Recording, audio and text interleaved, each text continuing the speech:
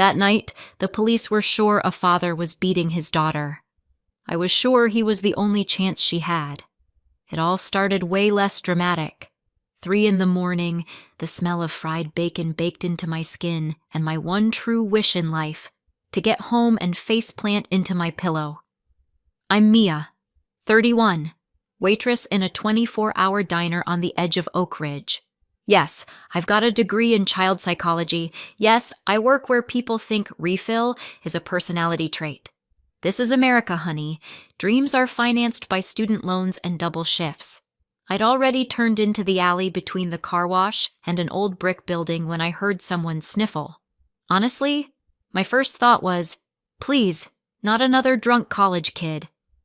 I was already mentally switching into calm voice mode and preparing to call an Uber and an ambulance when in the weak streetlight I saw that this was not a college kid. It was a child. Little girl, maybe 5 or 6. Pink hoodie, hair down, arms wrapped around her knees, staring at me with eyes like a terrified animal. Clean sneakers, decent clothes, and absolutely alone. Hey!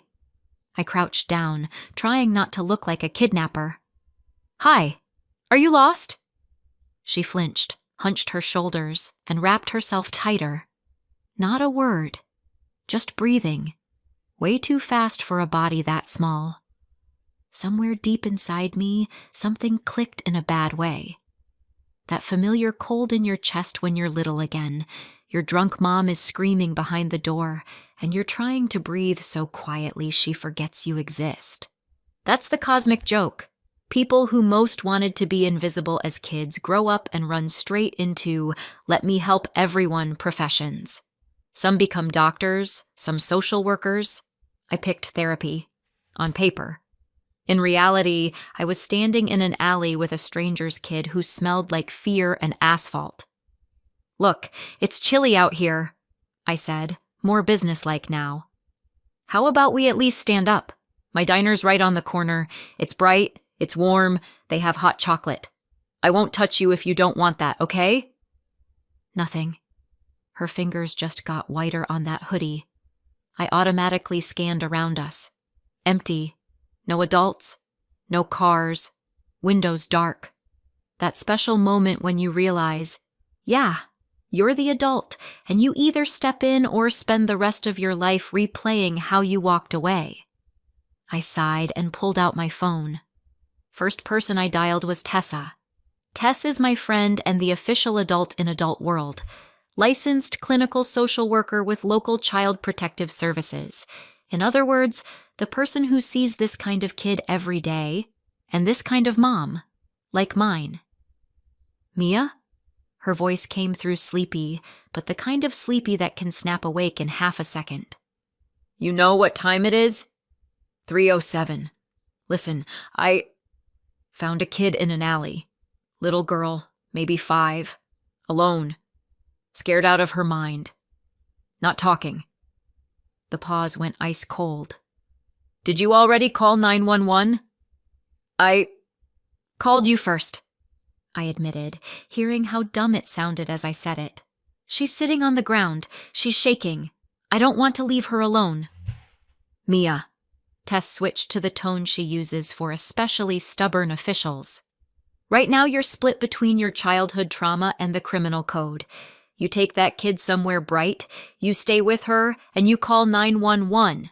Tell them you're willing to be a support person until CPS gets there. I'll wake up our on-call social worker and probably a detective. And Mia, don't disappear before they arrive. I'm not the disappearing type, I muttered. You know that. Exactly why I love you. Call 911. She hung up. Perfect. I hung up too, on my hope of just minding my own business. I looked back at the girl.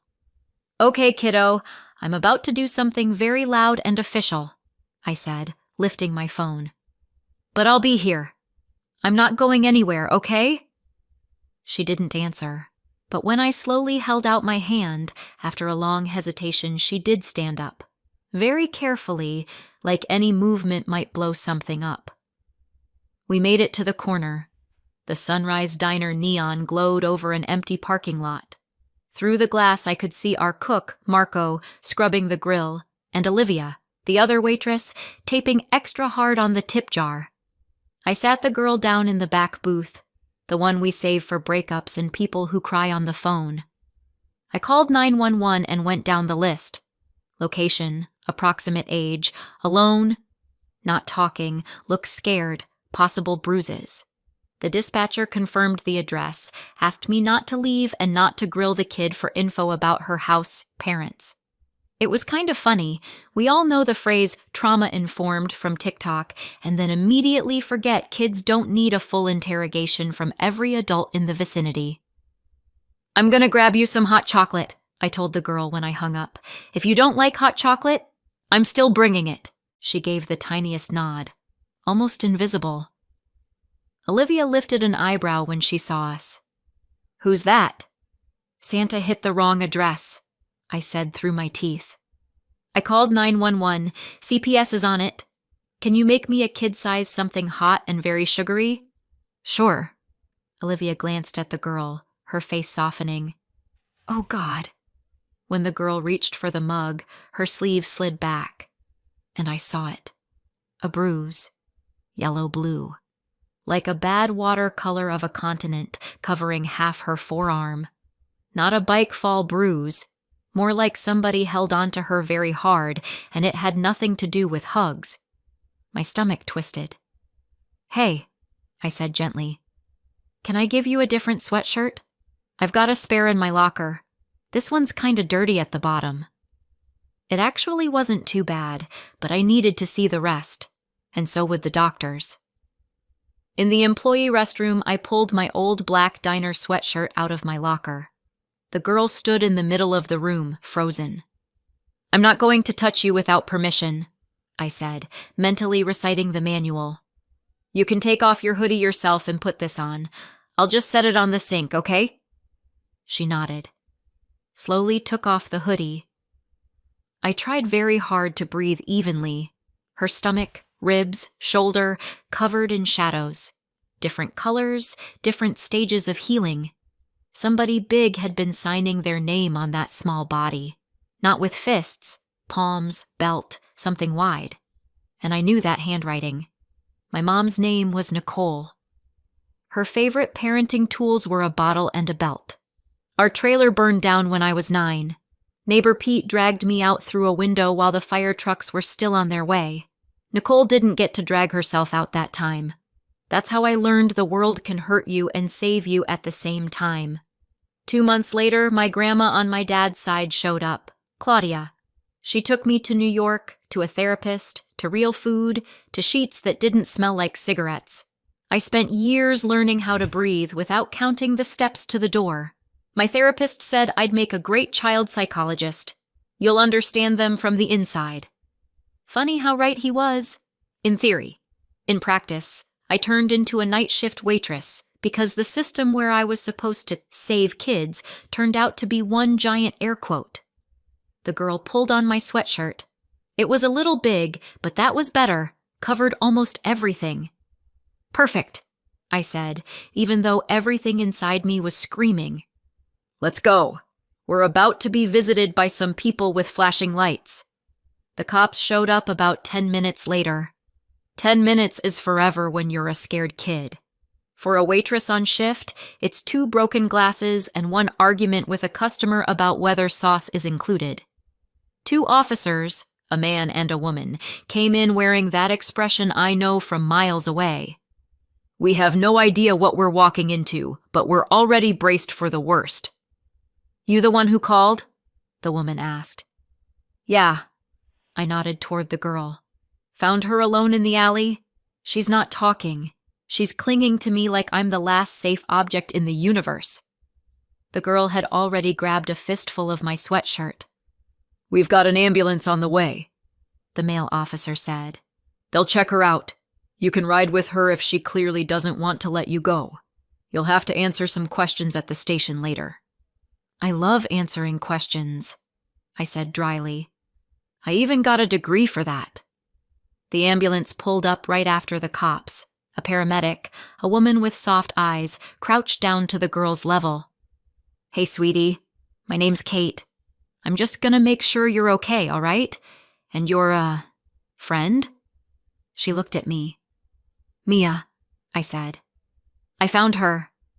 "Mia can ride with you if you want," Kate told the girl. "She can stay right by you." The girl's grip on my sleeve tightened. That was an answer. They took us to the children's wing of the city hospital. A few more adults joined the party, pediatrician, nurse, and a woman in a sensible but warm cardigan, a social worker. About half an hour later, a new figure appeared in the doorway. Guy in a blazer without a tie, tired face. "Detective." "Detective Miller." He flashed his badge. "Oak Ridge PD." "Mia," I introduced myself. "Waitress and part-time emotional support animal." The social worker, Sarah, let out a tiny snort. The detective did not. "She hasn't said a word?" he asked. "One nod, 2 sighs, and 1 attempt to climb into my ribcage," I said. "But hey, that's progress." "We've already put her info in the missing kids system," Sarah said. "And," she looked at me, "your name is familiar. You're friends with Tessa Anderson?" "If she still calls me that, then yeah," I said. "She also asked me to tell you this wasn't her fault." "Tessa's already looped in," Sarah nodded. "She's on her way here. The doctor finished his initial exam and asked me to stay close while they did a few scans and blood work." The girl, still nameless on the chart, held my hand like I was the only anchor in this bright, white, too loud world. "Hey," I said quietly when we were finally left alone for a minute. "You know your name. I'm sure you do. If you tell it to me, I'll call you by it. If not, I'm gonna call you Sunshine, and in America that sounds kinda weird sometimes." She was silent for a long time. Then she whispered so softly I almost missed it. "Kristen?" "Hi, Kristen," I said. "I'm Mia. We've already met, but you kinda skipped introductions." For a moment, the corner of her mouth twitched. Almost a smile. Almost. Sarah came back with a sheet of paper and a box of markers. "Kristen," she said gently, "sometimes it's easier for kids to draw than to talk. If you want, you can draw what's going on with you, how you feel. It doesn't have to be pretty, just how it is." Kristen looked at me like asking for permission. I nodded. She took a marker. Her fingers still shook, but the lines on the page were steady. First, she drew a little girl, stick legs, circle head. Then, towering over her, a huge woman with crooked teeth and green hair. Over her head, Kristen scribbled a sort of crown and wrote in messy kid letters, "Witch." Next to the witch, she drew a tall man without a face, holding something black. Farther away, off to the side, she drew a figure on a horse. Underneath, Dad. I didn't need to be a practicing therapist to read that. "You're very brave," I said quietly. "That's a really clear picture." I handed the paper to Sarah. She exchanged a look with Miller. "So, we're looking for a witch and the boyfriend," Miller said darkly. "And a dad on a horse." "He's obviously not in the same category as the first 2, I pointed out. "If he was a threat, he'd be standing next to the witch, not riding in from afar." Miller looked at me like I'd just started reading his mind. "You're a psychologist?" he asked. "On paper. In reality, I carry trays and argue with people about the doneness of their steak," I said. "But yeah, I remember the basics." He sighed and rubbed the bridge of his nose. "All right, let's hope the dad on a horse exists outside the drawing." About 15 minutes later, he came back with a different look on his face, somewhere between tense and relieved. "We've got an Ethan Cole," he said. "Reported his 6-year-old daughter, Kristen, missing 3 hours ago. Full custody. Mother, Margaret, had her parental rights terminated for physical abuse and neglect. We've got reports, photos, court records. They were driving from Texas to New York, stopped near Oak Ridge for the night. In the motel parking lot, the girl ran after a cat. He looked away for a second. You know the rest. He's on his way. I felt something unclench inside me. You still looking at him as a suspect? I asked. For now, yes, Miller said honestly. As long as I'm staring at a kid covered in bruises, I don't get to close the suspect list. But, he glanced at the drawing, this does change the angle. Ethan Cole showed up 20 minutes later, tall, dark-haired, unshaven, in a wrinkled t-shirt. The standard look for a man who's spent too many hours behind the wheel and in a police station. They brought him in through a different door, into a separate room. I only saw him through the glass, a guy pacing like a caged animal, gripping his phone, with a lawyer somewhere on speaker, while the detective ran his standard script. Kristen was in the playroom with me, with the drawing and a generic hospital teddy bear. Sarah had told her dad was here, but people with notebooks had to talk to him first. They always talk first, Kristen whispered. Then Dad gets mad. You think he's mad at you? I asked. She shook her head. At them. That was actually good news. After a while, the door opened again. Sarah peeked in. Kristen, she said gently. Your dad's here. Do you want to see him? She didn't answer. She didn't have to. She launched herself out of the room. I stood up to follow. Ethan had just enough time to look up before a small missile in my black sweatshirt hit him at about 25 miles an hour.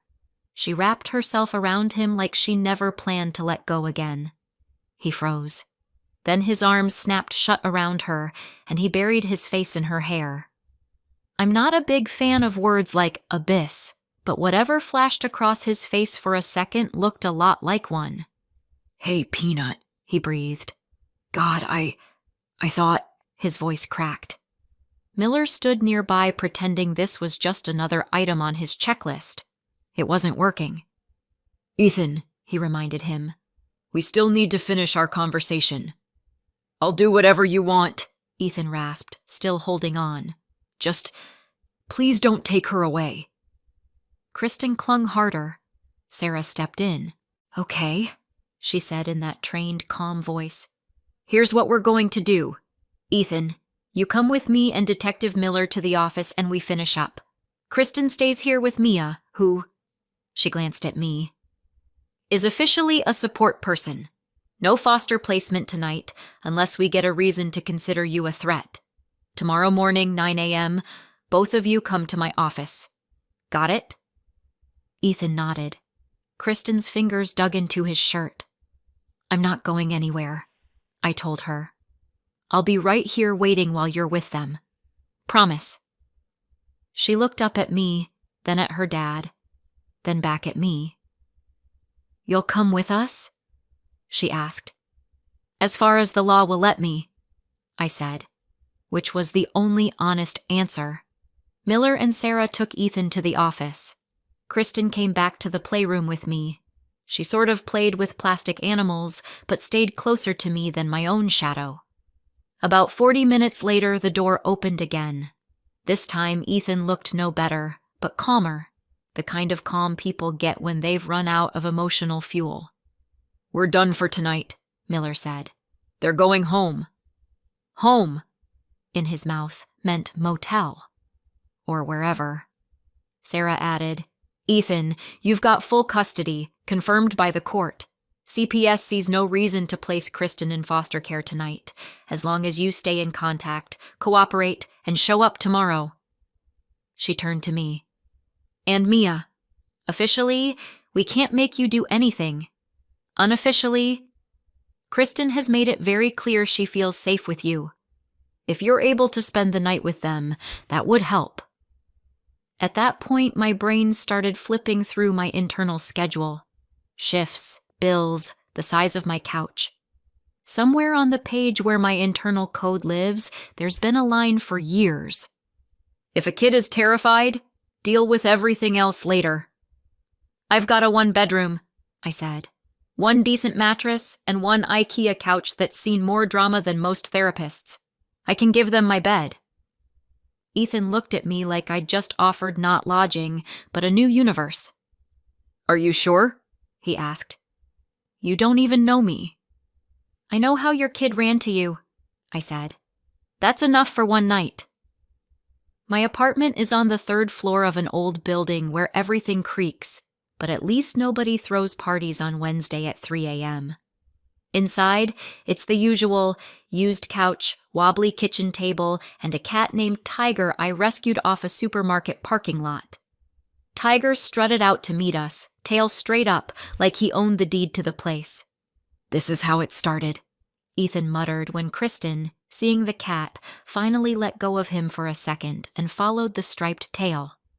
"She saw a huge orange cat in the parking lot and decided the world is a safe place where you can run after cats," I finished. "Terrible, really." We tucked Kristen into my bed. I found an old college t-shirt for her, Future of Psychology printed across the front, which really tied the night together, irony-wise. Ethan took a shower, and then we sat in my kitchen with cheap tea bags and discount cookies. "Margaret wasn't always a monster," he started without any warm-up. At first everyone's normal. Or good at pretending." I nodded. I knew. He told me his story, how he fell in love with a girl with sad eyes and too loud laughter who grew up with an alcoholic mom and swore she'd never be like that. How the first year after Kristen was born was almost okay, how slowly the bottle showed up in their kitchen again. Evenings. Then to relax. Then always. "I was working 12-hour shifts," he said. "I'd come home and not understand why my kid had bruises. She'd say, 'I fell.' Then I started noticing she flinched when her mother came near. I called CPS. They came, talked to Margaret. She cried, promised she'd fix everything. You know that script." I did. The "I'll change" speech is the favorite genre of people who don't change anything. "Then there was a night the neighbor called the police," Ethan went on. "Margaret threw Kristen on the floor. CPS took her into emergency foster care. I spent 3 months in court proving I wasn't the same as her. Eventually, the judge terminated Margaret's rights, gave me full custody, but Kristen stopped talking. She just shut down. We started therapy. I found a clinic in New York that said they could help.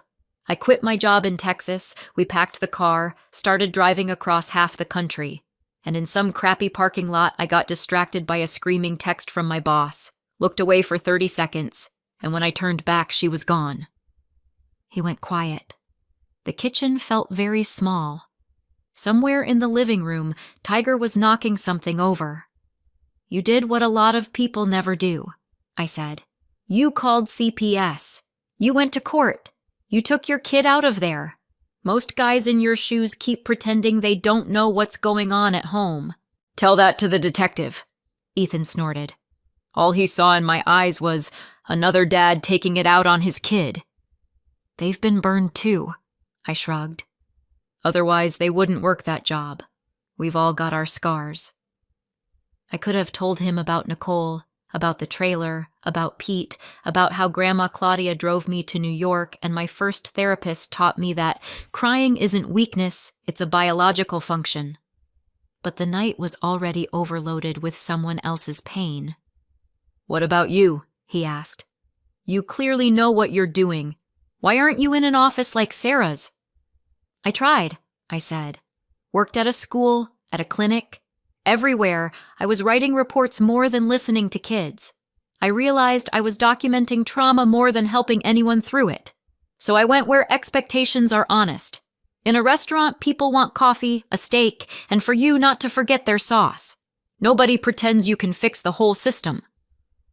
"Well, tonight you fixed something very real," he said.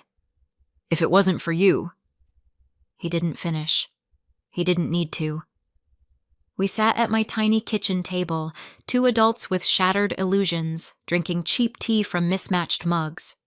The schedule for my shifts was pinned to the wall, my electric bill lay on the table, and in the next room a 6-year-old who'd seen way too much in her life was sleeping soundly. And somehow, it all felt right. Kristen woke up the next morning glued to both of us, one hand on me, one on her dad. We went to CPS like we'd promised. Sarah asked another dozen questions, wrote up a safety plan, noted that Kristen was clearly attached to both adults, shows signs of trauma but also strong recovery potential. Yeah, I read reports automatically. Occupational hazard. Then my regular life snapped back. Night shifts, coffee, people arguing about an $8 bill like their mortgage depended on it. For a while, the whole Kristen situation felt like some weird dream. Until exactly a week later, in the middle of the dinner rush, the door opened and I saw them. He was in a clean button-down, actually rested, still tired around the eyes but without that abyss. She was in a light blue dress with neat braids and a wristband hiding the last of the old bruises, and a smile. A real one. "Got a family reunion out front," Olivia murmured behind my shoulder. "You taking that table?" I was already walking. Kristen saw me first. For a second, she stared like she wasn't sure I was real, then launched herself at me just like she had at her dad that night. "Mia!" Her voice was louder than anything I'd heard from her in the hospital. "I missed you!" If you want to know the weirdest feeling in the world, it's this. A kid who went through all of that telling you she missed you. Not her therapist, not a doctor, not a social worker. A waitress at a cheap diner. "I missed you too," I said honestly, hugging her back. Ethan walked over a little slower, carefully, like grown-ups do when they're afraid to spook something fragile. "We're moving to New York next week," he said. "Clinic agreed to take Kristen into their program. I already found a job. But before that," he hesitated, "we wanted to stop by and say thank you." "Our coffee still sucks," I said. "So this is a bold move." He smiled. "Kristen wanted to show you something," he said. She didn't wait for a cue. She pulled a sheet of paper from her backpack. Another drawing. Same little girl. Same horse. Dad. And another figure standing next to the horse, in jeans with a ponytail. Over that figure, in bumpy kid letters, it said Mia. "Now the prince has a helper," Kristen said seriously. "And the witch." She paused, thinking. "The witch has a problem now." I felt my throat tighten. This is where I really regret not being the kind of therapist who can say something beautifully profound. I only know how to bring people coffee and sometimes stay when everyone else leaves. "Sounds like a fair universe," I said. Ethan took a breath like he was about to jump into cold water. "We were thinking," he started. "We don't know anyone in New York. Kristen doesn't have anyone except me. And you," he looked straight at me, "you don't owe us anything. But if you ever get tired of arguing over stakes, you've got the degree, you've got the gift, and you've got a little girl who thinks you're her rescuer." He stopped, like he'd scared himself with his own boldness. "And you're offering me what exactly?" I asked. "To move to New York, dive back into the system, and do part-time fairy godmother duty for your princess? I'm offering you..." He lost the thread for a second. "I'm offering you a chance to think about it. And maybe one day walk into that clinic not carrying a tray, but wearing a badge that says Mia Cole, child psychologist." I snorted. "Hold up. Cole? I'm not saying tomorrow," he said quickly. "Or ever. I just..." He spread his hands helplessly. "Sometimes you find someone in an alley. Sometimes in a station. Sometimes behind a counter like this." I didn't have a ready-made answer. Not as a therapist, not as a waitress, not as a person who still counts how many steps to the exit. I just took the pencil from his hand, and under Kristen's drawing I wrote, "See you in New York." Kristen studied the words carefully. "You're gonna come?" she asked. I looked at Ethan, at her, at my counter, at the ticket line hanging in the kitchen window. "I can promise you one thing. I'm never walking past when it comes to your story again. The rest? We'll see." She nodded, satisfied. Like that was the best contract she'd ever signed. If you made it all the way here and you're still waiting for a moral, here it is. Sometimes the system isn't abstract CPS, courts, detectives, and clinics. Sometimes the system is a waitress who doesn't walk past a kid in an alley at 3 a.m., a detective who actually looks at a crayon drawing, a social worker who doesn't send a child to foster care on autopilot, a father who refuses to pretend he doesn't see bruises. Each of us is one tiny gear in this weird machine called life in America. And sometimes you're the gear that keeps someone else from finally coming apart. Now your turn. What would you do if you found a kid alone in an alley at night, covered in bruises and not saying a word? Tell me in the comments. And yeah, if you ever see a waitress named Mia in New York, don't forget to tip her well.